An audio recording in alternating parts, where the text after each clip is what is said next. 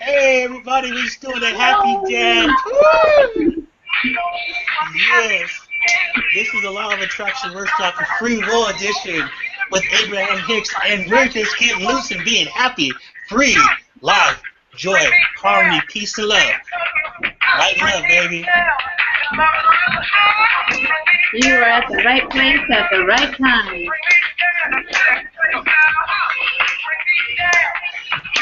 Oh yeah, oh yeah. This is great. This is great. There's nothing like raising the vibration level of doing something like that just to start the morning off. Just that great, you know. So happy to be here right now with my partner in crime, Jordana Silverman. I am the Jason Snyder. DJ Jason Snyder. I'm the dancer, the pole dancer. Woo! Nothing like to raise a vibration level like that. That's great. Let's keep the energy up today.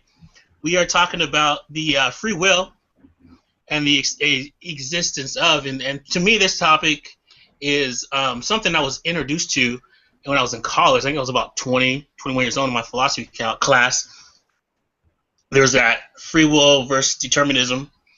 There's also a lot of talk about God, and God is good and God is great, right? So, anyways, I'm going to turn it over to you, Jordana. Well, free will, the actual name of the video we watched was Abraham Hicks and free will. What's the actual title of it? Well, I mean, something about in the existence of. I'm going to suggest. I keep on having Bob Proctor show up in my life today. It's free will exists without universal chaos. That's right. That's the part that I kept in, the chaos part. Can free will exist without universal chaos? Does it exist? You know, and she talked a lot about motion, and the gentleman was talking about motion, and she called it energy, and they kind of compared it to the, time, space continuum, and motion basically part of it was energy, and how we are all energy and how we affect each other, how our energies affect each other. Our vibration level affects each other. That's why we did a dance earlier today, just to raise the vibration level within everyone. It's when you're always in that span of peace, love, and joy, your vibration level automatically rises, and it takes you from out of the contempt part, the fear part, the hatred part, which is a lower vibration level, to the higher vibration levels of feeling love for everybody and joy for everybody. That's right, and that's where we want to be, where we can let all the goodness in life that's waiting for us in our vibrational electro to come in. It's like a water main. You have to rise up to it until the water main breaks, and then there's water everywhere. So the water would be, positive energy flowing to and from you. And free will, this video was a little bit technical. She even said so.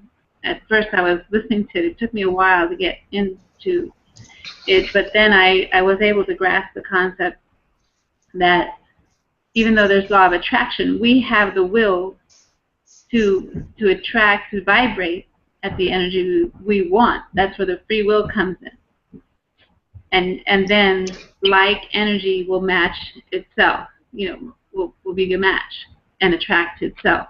So we don't really have control over the actual event of the matching, except deciding the energy we project. And that's a big thing. I always was talked about free will with my mother. She studied different religions, and the Bible. I don't remember exactly. The Bible certainly better than me. But isn't there a part where it says that there is somewhere, and I know I've read, I just don't know exactly where it is in the Bible, that God cannot touch anything in our lives unless we request it. Yes. Right? Yes. We have to make the opening to receive. It's all there for us, but it is our responsibility and duty or job, however you want to look at it, to invite the guidance of God in. That's where prayer comes in, and that's where ask and it is given, basically from the law of attraction, which I think prayer is the same thing. Yeah, and it kind of, when you said that, and I don't think this is the actual scripture, but I think it's Matthew 13, where he talks about, Jesus talks about the story of the reaper and the sower, and the side of the road, the birds come pick them up, the rocky ground, where the soil's not very thick, and so once the sun comes up, they wither away, or the thorny ground, where they see but they're choked by, the realm we live in, there's that seed of they're choked by basically wealth, or the greedy type aspect, or the chaos type aspects of everything. And then there's also the fine soil, but within the fine soil there's the weeds that come in, but of that fine soil there's going to be fruit that produces from there, and there's 30, 60, 90, or 100% fruit. So it's all in how you see the world from your perspective and what you gravitate towards. But see, I think this is where a lot of conflict comes in, and something that Abraham mentioned, Esther Hicks mentioned in it, is that it all comes back to your inner desire, right? There's something encoded in our DNA that we're good at, that we desire. We all have our own different desires, and she said you can be away from what your true desire is for so long. But your true desire is spinning there. Your disc is constantly spinning there, and you have the free will to do whatever it is you want. But it all comes back. It all comes back to your desire. And once you're in line with your desire, then once you come in line with that, your world starts to manifest itself for you, and that's where free will comes apart. And you have the free will to do whatever you want to do, but you're always going to be attracted to what your core desire is in life. And so it's vibrating. Yes, and it's different for everybody. But it all comes back to that. It all comes back to that inner core belief, that inner core desire. Sorry about that. That's all right. Business calls, right? All the time. Yeah. Okay. And so when she said that, it to me it resonated, because I've always had this. That's okay.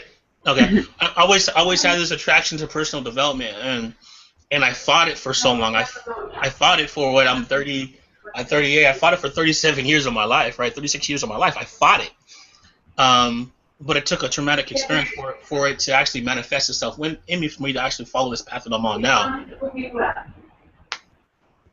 You wanted her to pick you up. Okay. Konnichiwa. Konnichiwa. Namaste. Namaste. I don't know. I just feel like saying that. I don't know why. It's a good change to take. Sometimes. Or like my kids like to say, hasta la pasta. Hasta la pasta.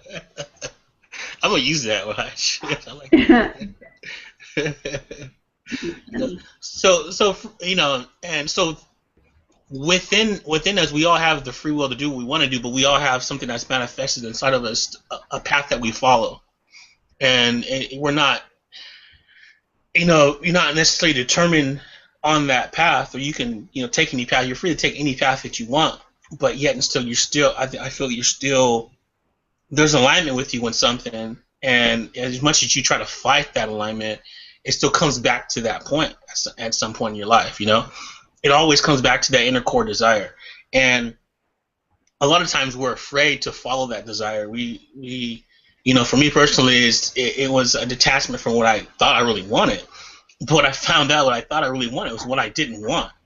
And as much as you try to go on the path, and it's not with who you are, and it's not what you want, like you don't want it, but you're still on that path, it brings you to a certain point to it might break you and bring you to some kind of ruin. And that's when it all comes back to your, it might bring you back to what your desire is. A lot of people still fight it at that point too, and they go on that resistant path, and you're on that resistant path. You bring so much resistance to yourself, you're on that resistance path, but it brings so much resistance to you. So you're always fighting. It's like an uphill battle all the time for yourself. But it's easier to flow downhill when you're doing what your soul called is life purpose to do, and then things start to open up for you a little bit differently. Yeah, I think in this video at the end she says we will end up, I don't know, she said happy, we will fulfilling our core desires. Ultimately, we will get there, and she didn't say it necessarily, no matter how many lives it takes, but that's kind of what I understood. Ultimately, the soul's journey will lead us to, the right place, home, and the glory that's spoken of in the Bible. I've kind of... Oh, go ahead, I'm sorry. No, that's okay. But one more thing I want to say about, she says about aging on some other video that I saw, that the only reason why we age, because the aging process doesn't have to be, is because of resistance to our life, resistant energy that we carry along. So something to keep in mind when we're resisting, just aging ourselves. That's a great point. And you lose that childlike state when you do that too. I wanted to touch on something you had mentioned about all comes back to your soul desire, and you're talking about past lives. Is I ran across something that kind of explained it, and I'm still new, and so I'm still learning. But it said that you reincarnate yourself because it's all a learning experience, right? This path that we're on, this earth, it's all a learning experience, and sometimes we reincarnate. I have watched Bob Proctor again. thousands of individuals. Bob Proctor wants to be a part of my morning. He wants your attention. He really does. Maybe I'm missing something there, right?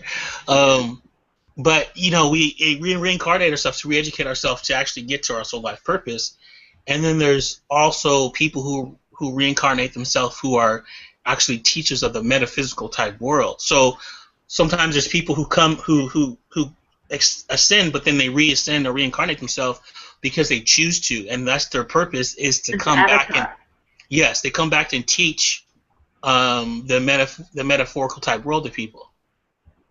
Right, avatars for Jesus. Metaphysics. Jesus, I'm sorry. We knew what you meant. That's what I got metaphor. I'm thinking I'm writing all these articles right now, and I'm like, okay, I need a metaphor, right? Well, metaphor can apply to so many things.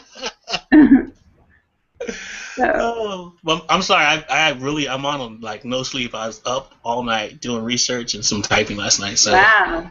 Yeah, I think I'm on 2 hours sleep. 2 hours sleep and a meditation, about an hour and a half meditation. So.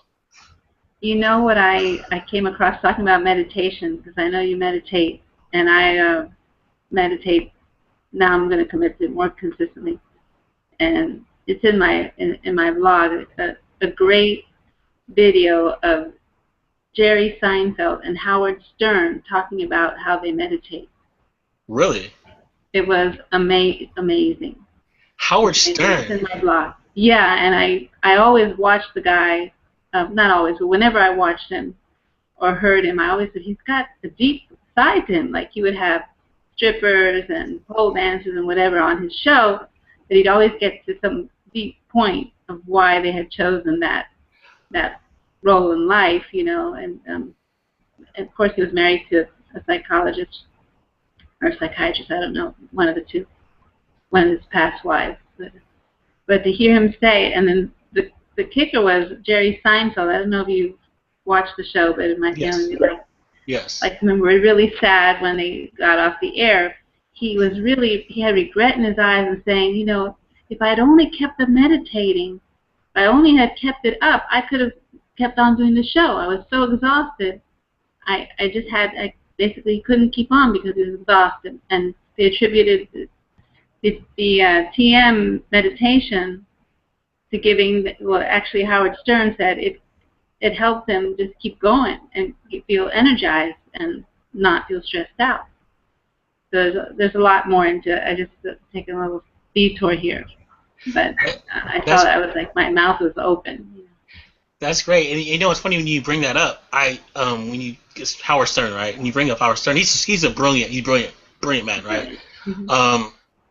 But if you look at, because I'm into reading the Bible now, and so I'm reading about Jesus, and they kind of condemned Jesus for hanging out with the kind of the lower echelon people, but he was just trying to show them how you can actually be, or what got you to this point, but then you can also be better too.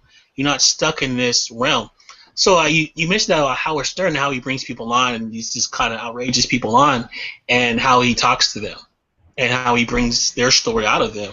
It's brilliant radio. It's actually brilliant TV at one point too. I'm not sure if it's still on E, but it's brilliant radio.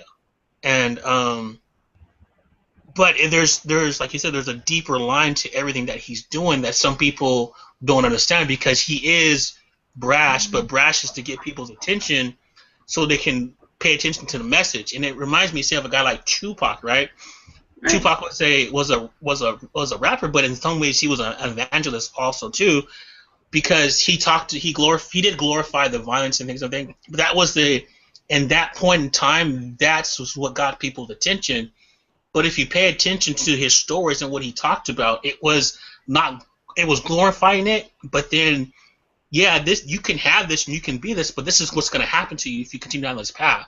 So during that time, there was that he was in that space, but then he wasn't necessarily glorifying it. He was saying, yeah, there's money and riches and all this, but then money and riches leads to disaster and contempt.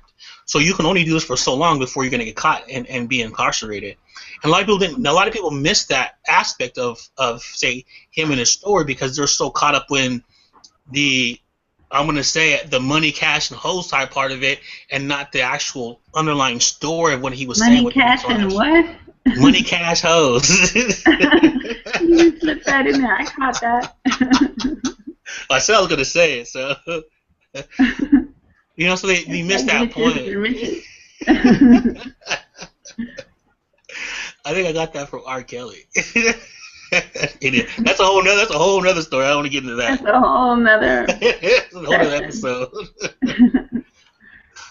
But anyway, so sometimes what is, I put this post on Facebook on what is real, what isn't real. But when it comes down to it, we're all energy, and we're all here to ascend and to help each other. And it actually got a lot of feedback from that, and I was paying attention to a gentleman on YouTube, and he's talking about tell your vision. I've heard that before, but it kind of more resonated with me is, okay, well, in this time space continuum that we're in, where the masses are doing something, and I had this conversation with a friend yesterday. When everybody is doing something a certain way, I take a step back and evaluate why everyone is going in that direction, and then I try to do something a little bit different than what everybody else is doing. Sure. So just to stand out, because it's my individuality. Because your free will. Yes, it's my free will. You want to be just going along with the flow. You want to be a deliberate creator, a deliberate thinker, deliberate action taker. Yes, and it's not necessarily about not rebucking the system, but being a little bit different than the system and doing things my way, the way I see it, according to me, so I can still stand out in the crowd and not be like everybody else. Because I was in that space of just being like everybody else, and it not only bore me to death, but it didn't resonate with who I am. Right. So I'm gonna grow an afro. I'm waiting. Really call me affirmation, man. Mark this date. I see. I'm gonna get a mohawk. July 24th, 2014. How long is it going to take for Jason Snyder to grow an afro? Probably another month. That's pretty fast. I can grow one faster than that. This is a month. This is a month right here. This is about a month. So 3 weeks. I think this is 3 weeks. Wow. My hair hasn't been this long in probably about a year. Mm-hmm. So cool. Give myself another month, and I'll cut a mohawk. Mm-hmm. Anyways, let's get on to the other things. So free will is I think free will, and like I said earlier in the video, it when I first heard this concept, it kind of resonated with me, but more so now. Make very positive changes in your lifestyle, and then begin to follow Bob the Proctor strategy again. of Bob wants to get on to hang out As with my us. income I think he does. Hey, Bob's like, let me in. What's this? My phone's just going crazy right now. It has a mind of its own. So free will, not to make light of it, it's a big thing to accept, because it goes back and saying that we are the creators and the designers of our life. We determine. We're not like the animals who really have to go with their circumstance. A dog gets thrown out the window of a moving car and he's got to deal with it. People can make choices. That was a great analogy. That's a great analogy. No, but you're absolutely right. We do have the choice. We can either follow our true desire, or we can't. And what in my journey, I just kind of feel like life is about following your true core desire, what's inside you. Now you have the choice of creating it the way that you want to, right? You can create your desire as you want to, but you can also not create it either and do something that's totally different outside of your desire. But if you follow, I think if things are easier when you follow the path of your desire. Life is more downhill and not uphill. You're working with the flow and not against the flow. And when you work against the flow, that's when some of the bad happens. So it's easier just to go with. I have to mention to say, because it has a negative connotation, to say up or down a hill, upstream or downstream.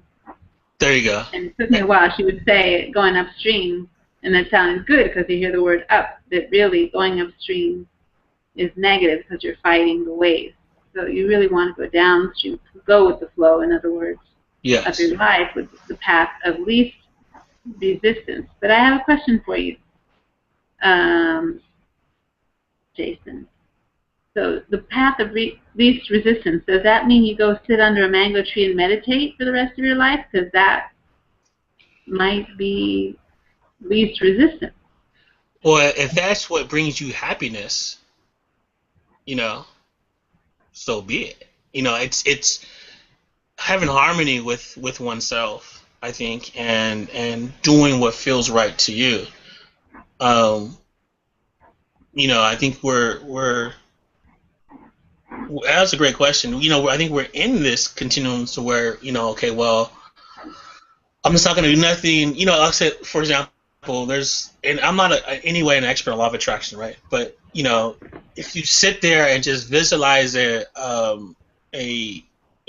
Mercedes in your garage, it's not going to get there by itself. The universe loves action and motion too, or energy, right?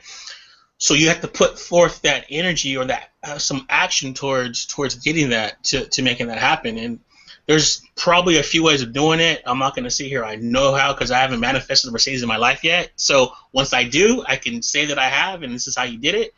But I can't. But I can tell you this. I was in last Saturday. I need some money. And I was kind of like, I need money. And I was like, let me just let this go. And because all money is an exchange of energy, and it doesn't mean anything really, right? It's just currency, right? It's currency is a frame of energy, it's exchange of energy, exchange of enthusiasm. It's all it is.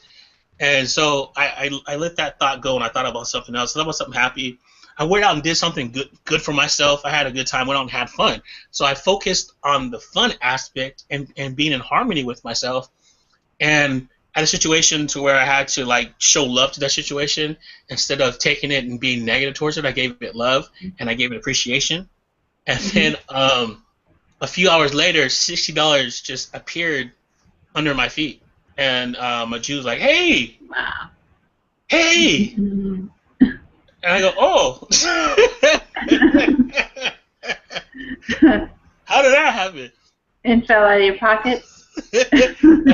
I'm sure it fell out of someone's pocket, and just because I was standing there for a few minutes, right? So I'm sure it fell out of someone's pocket and just landed there. But I was in the right place at the right time for it to land right between my feet, and it for to be mine. So, I picked it up and I gave it away. I freely gave it away. I gave it back to the universe, because you give more and more come to you. Not that I wanted any more, but I just felt it was the right thing to do, so I did that. So within the realm of me saying that is, if you want something, and Abraham says this all the time, set the intent on you wanting it, but then letting that go and focus on your inner peace and harmony and fun, enthusiasm, fun, and then what you want will eventually come towards you. Put some action towards it, and what you want will eventually come towards you. I know there was a story of a gentleman said he wanted so many dollars, and then he got a check from somebody who was like a long lost brother he didn't know he had, or a relative he didn't know he had. So the universe, like she says, the universe is conspiring for you with your core desires if you allow it to happen. And that's the hard part. It really is the hardest part. It's just allowing it to happen. That's it. We pinch ourselves off with the urgency or desperation of, I gotta, like some people start a business with, I have to make my mortgage payment pronto. And that is conflicting energy. Yeah. Because putting conditions on what you want. You need it now. It's got to come now or else. And I've heard too many stories of people going to interviews with that attitude, or taking on projects with, we have to get them by such and such date because I got to pay my rent. If you can set an intention for a date or a specific time, and get that, but without the desperate and the basically it's just negative energy behind it. Just allowing with an open feeling, open vibration. Yes. Excellent. You can use music like we were doing in the intro. Just use music to get you on the high flying disc. And in the state of allowing it, everything is good. And we have to remember that everything we want is already given in our vibrational escrow, according to Abraham Hicks. I like the saying, everything you want wants you. Yeah. Everything you want wants you. You just have to be in position for it to manifest it for yourself. I love that saying. I say that all the time. I remind myself of that all the time. That's great. Everything you want wants you. Wants you. Yeah, I know one of our colleagues uses the world you want, the life you want wants you. Yes. The life you want wants you. And so it's true. It's your desire coming out of you. That's right. You can have that if you so choose to. So, do you want to end it there? Okay. Oh. Do you have one more thing? I was just going to say one thing, and it's in the back of my mind. I saw this video a couple days ago. I forget, it's an author. I forget his name. I'll have it for next week, but I can see his face, and he said that he doesn't like the movie The Secret because, it's talking about law of attraction and manifesting desires, but not 30 seconds was devoted to world peace, or what we can do to manifest peace in the world, the end of war, something to that effect. Not 30 seconds, and how he was appalled by that. So I just felt that resonated with me too, and that the whole conversation behind manifesting your desires. Why? Because when people have the economy they want, there's peace. One of the main reasons that there's conflict in the world has something to do with economics. Definitely. And you're so right on that. And that's when, but see, that's a part of the collective consciousness coming together and and trying to bring forth, meditating together and bringing forth that peace. That's how we're all one. So I was on this video today where this gentleman was talking about how, let's say, a group meditation in Oregon for world peace can, and then say a group meditating for violence or war on another side of the world can cancel each other out. But see, what if we all came together as one and wanted the same thing, right? If a majority of the population got together, hey, more Bob Proctor, and actually wanted world peace, and then we would have world peace. It's like some of the from my my learning and other stuff. It's like when some of the, say, not yoga, but the not to say gurus, but the spiritual healers, when they do the chants, that's why they do those in groups, right? Because they're collective together as one. And it mentioned the power of three, how man, wife, and marriage, that's the power of three. Together, that bond together is more powerful than, say, the powerful one. So if we, than just one by itself.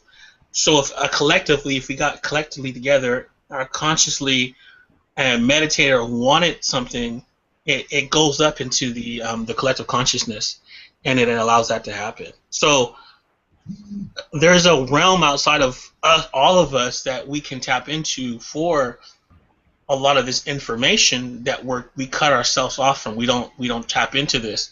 And me myself, I do it for knowledge. I meditate and I clear the space, and I ask for the allowance of knowledge, and I ask some questions, and then it'll appear either to me at that time, or it'll appear to me at a random time. I just have to be in tune to pick it up at that time. And I was going through and doing some research last night, where I was doing some research on a particular public figure, and I had all this stuff. I was putting all this stuff together, and then I had this aha moment, like, okay, this guy is doing this because of this. Now, see, the way that I'm gonna spin the story is gonna be different than probably the way that anybody else is spinning it, because it's coming more so from an opinion or a hunch, which is inside of me, but it's not coming from inside of me. It's something that's in tune to me. It's given to me. So I'm trusting that when I spin this story that way, I'm knowing that the answer that was given to me about this public figure is actually going to be true. Mm-hmm. That makes any sense. So I do believe in the collective consciousness. I do believe in that spirit of coming from a not dealing with my ego side, but dealing with the actual my subconscious, and allowing the information to come in and be absorbed, and me putting that information out to the world. Right. Like, I always was told that we only use 10% of our brain, but maybe the other 90% isn't really our brain, is the subconscious mind. Yes. That's the collective together, all the information that's out there. There's answers to everything out there. We just have to tap into to find those answers. And it's what you're tuning into is what you. That's why they say what you think about actually becomes, or you are what you think. You are what you say. Jesus actually said a lot about what you say. But I think that's why when I first got into this realm of personal development, there's all these sayings out there. Let go of your ego. Your thoughts are your reality. All this stuff, right? And it made sense on a superficial type of level. But it took me diving really deeper in myself and looking for the information for me to start connecting the dots. Now I don't have there's a trillion dots that need to be connected, but I see where I have to go to connect the dots now. And so when I've that's why they said this, that's why they say that. That's when it all starts to make sense to you once you tap into that different realm of that other realm of thinking. And because it's not necessarily it's from the collective consciousness, it's from infinite intelligence, it's from source, it's from God Himself. He everything you want or can desire is actually up there. You just have to be in tune to actually get that, and you can get that if you still want to, but you have to choose to actually want to get that in order for it to happen. So if you are from the realm of disbelief or not having the desire to want to do anything, or you're in the frame of not believing or not having the belief or the faith in anything that happened, then it will never happen to you, but you have to have the faith and the belief within yourself for it to actually happen and manifest for you. Right. You have to open yourself up to the fact that we are vibrational beings and that the universe is abundantly moving in our favor at all times and focused on us. It's focused on us to give us exactly what we are asking for. Yes. And to know that we're constantly sending out vibration of what we want, not necessarily in words, but we're vibrating what we want. And that's why we get what we get. Definitely. That's great. I love it. So we're going to cut it short today, guys. Thanks for joining. Thanks for paying attention. Thanks for watching. If you want to close to us or start a conversation with us, click the link below. Some more information there. We can contact you via email, enter your email address, and we can give you updates and blog updates and all that kind of good stuff. So have a very, very peaceful day, and we give our light and love. And check out the Abraham Hicks videos on YouTube. Definitely. Thanks a lot. You guys have a great afternoon. Bye-bye. Bye-bye.